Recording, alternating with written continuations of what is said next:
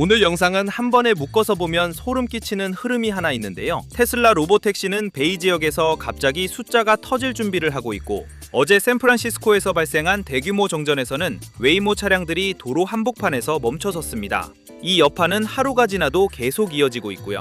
여기에 월스트리트 저널은 스페이스X의 실험이 여객기를 위협했다는 보도를 내놨고, 스페이스X는 곧바로 정면 단박 성명을 냈습니다. 그리고 같은 시기 일론 머스크는 아랍에미리트를 방문해 AI와 미래 산업을 주제로 최고위급 인사들과 회담을 가졌습니다. 이걸 다 따로 보면 그냥 뉴스처럼 보이지만 한 줄로 연결하면 이렇게 정리됩니다. 이제 자율주행과 AI는 기술의 문제가 아니라 현실에서 살아남느냐를 판정받는 단계로 들어왔다는 겁니다.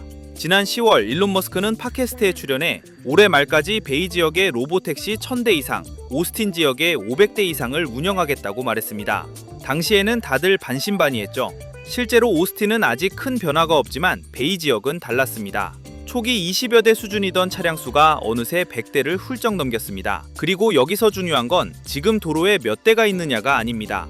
테슬라는 베이 지역 승차 공유 서비스를 위해 캘리포니아 공공유틸리티위원회에 1655대 차량과 798명의 안전 모니터 직원을 이미 등록해두었습니다. 서비스 초기에는 차량 20여 대, 운전자 128명 수준이었는데 불과 몇 달 만에 서류상 규모가 압도적으로 커진 겁니다. 이 숫자는 지금 당장 굴러다니는 차량 수를 의미하지 않습니다. 하지만 중요한 건 규제의 문은 이미 열어뒀다는 점입니다. 현재 운영 중인 100여 대는 선발대이고 나머지 1600여 대는 내부 준비만 끝나면 추가 규제 없이 언제든 투입 가능한 예비대에 가깝습니다. 최근 앱 대기 시간이 길어지고 이용 수요가 늘어나는 상황을 보면 이 숫자가 빠르게 늘어날 가능성은 충분합니다. 테슬라는 승인부터 확보한 뒤 준비가 되는 대로 차량을 투입하는 전형적인 단계적 확장 전략을 쓰고 있습니다. 이 과정은 단순한 서비스 확대가 아니라 완전 무인 전환을 위한 데이터 수집과 안정성 검증이기도 합니다. 그래서 커뮤니티에서는 앞으로 규모가 10배 이상 커질 수 있다는 이야기까지 나옵니다.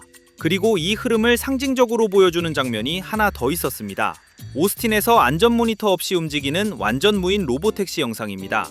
운전석과 조수석이 비어 있는데도 차량은 도로를 자연스럽게 주행합니다. 가능성의 문제가 아니라 실제 운영의 문제로 넘어왔다는 신호입니다. 이 장면 뒤에 바로 터진 게 샌프란시스코 대규모 정전 사태였습니다. 정전이 발생하자 웨이모 로보택시들은 교차로와 도로 한복판에서 멈춰섰고 도시는 순식간에 혼란스러워졌습니다. 반면 테슬라는 비슷한 정전 상황에서도 FSD가 멈추지 않고 교차로를 관찰한 뒤 안전하게 주행을 이어가는 영상을 공개했습니다. 정전 같은 예외 상황까지 포함한 실세계 데이터로 훈련됐다는 점을 강조했습니다. 이 사건의 핵심은 단순합니다. 로보택시는 이제 잘 달릴 때가 아니라 문제가 처졌을 때 어떻게 버티느냐로 평가받고 있습니다. 정전은 아주 원초적인 변수지만 이걸 버티지 못하면 더 큰 재난 상황에서는 더 위험해질 수 있습니다. 그리고 이 논리는 그대로 스페이스X 이슈로 이어집니다. 월스트리트 저널은 스타쉽 시험 비행 중 발생한 폭발로 인해 근처를 비행하던 여객기들이 위험에 처했다고 보도했습니다. AAE 내부 문서를 근거로 긴급 우회, 연료 부족, 메이데이 선언까지 언급했습니다. 이에 대해 스페이스X는 즉각 반박했습니다.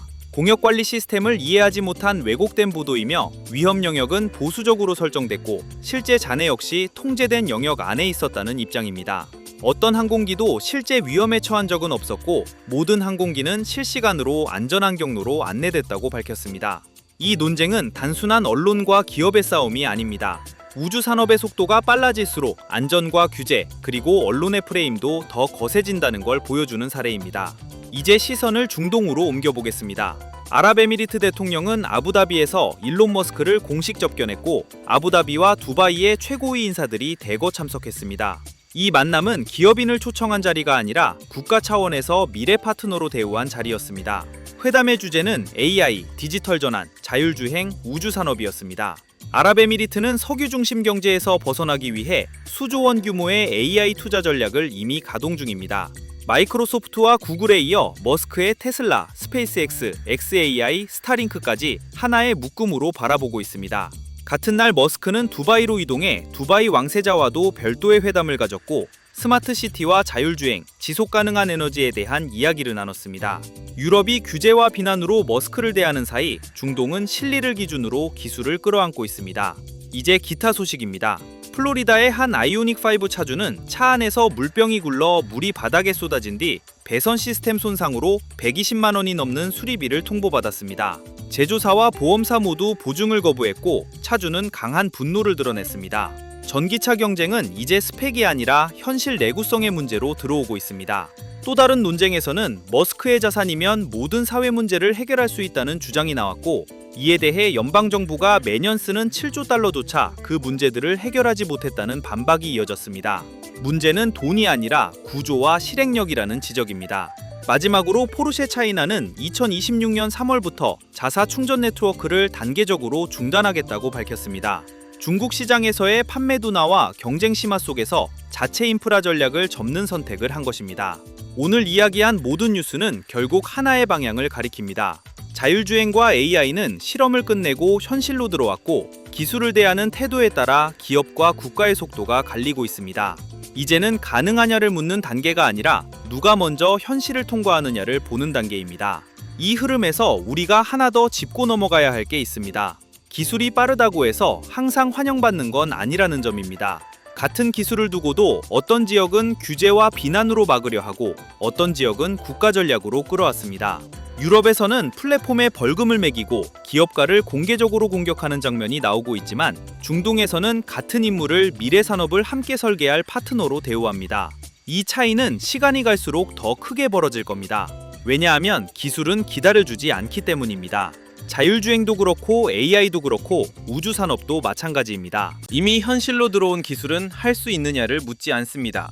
누가 먼저 감당하느냐를 묻습니다. 로보택시는 더 이상 쇼룸에서 설명하는 기술이 아니고 정전이 나고 안개가 끼고 신호등이 꺼졌을 때 어떻게 행동하느냐로 평가받습니다. AI도 더 이상 데모 영상의 문제가 아니라 국가 행정과 산업 구조 안에서 실제로 작동하느냐의 문제로 넘어왔습니다. 우주산업 역시 실험과 안전, 속도와 규제 사이에서 앞으로 더 많은 충돌을 겪게 될 겁니다. 오늘 전해드린 뉴스들은 전부 다른 이야기처럼 보이지만 사실은 같은 질문을 던지고 있습니다. 이 기술을 막을 것인가, 쓸 것인가? 그리고 더 중요한 질문은 이겁니다. 그 선택의 책임을 누가 감당할 준비가 되어 있는가? 이제 시장도 국가도 더 이상 관망만 할 수 없는 단계에 들어왔습니다. 현실이 이미 움직이기 시작했기 때문입니다. 이 흐름은 앞으로 더 빠르고 더 거칠게 전개될 가능성이 큽니다. 오늘 내용이 도움이 되셨다면 천천히 곱씹어 보셔도 좋겠습니다. 이건 단기 뉴스가 아니라 앞으로 몇 년을 관통할 방향 이야기이기 때문입니다. 지금까지의 변화는 시작에 불과하고 진짜 본 게임은 이제 막 열리고 있습니다. 오늘 정리한 내용은 여기까지인데요. 혼자서 모든 변화를 추적하기는 정말 어렵습니다. 너무 많은 요소들이 실시간으로 변하고 있잖아요. 남들이 환호성을 지르면서 샴페인을 터뜨릴 때 소외되지 않으려면 지금처럼 사람들 관심이 없을 때 조용히 칼을 갈고 준비를 해야 됩니다. 그동안 저는 거시경제의 흐름뿐만 아니라 지금 주목해야 하는 저평가된 종목이나 테슬라 매도 매수 타이밍 등의 제가 매일매일 분석하는 양질의 정보를 유튜브 영상을 통해 공개해드렸고, 그 대가로 여러분들에게 구독, 좋아요, 알림 설정 이렇게 3가지만 부탁드려 왔었잖아요. 그런데 이번에 한국금융당국의 규제가 강화됨으로 인해 기존 방식의 정보 공유가 어려운 상황입니다. 채널을 지키기 위해 공개적으로 말씀드리지 못하는 점 양해 부탁드리고요. 추가적인 정보 공유를 원하시는 분들은 화면에 보이는 더보기란 아래의 링크를 클릭해 보이시는 대로 진행해 주시면 됩니다. 모바일은 더 간편한데 더보기 창을 누르시면 자동으로 창이 넘어가지니 그대로 전송해 주시면 됩니다. 또한 종목 분석하는 방법을 요청하시는 분들이 많아 제가 이번에 저평가된 종목을 바닥에서 잡을 수 있는 저만의 노하우가 담긴 책을 만들어 시청해 주신 여러분들에게 감사의 의미를 담아 나눠드리고 있는데요. 아직 신청 안 하신 분들 링크를 통해 신청해 주시면 됩니다. 전부 무료로 진행되고 있으니 많은 분들의 참여 부탁드릴게요.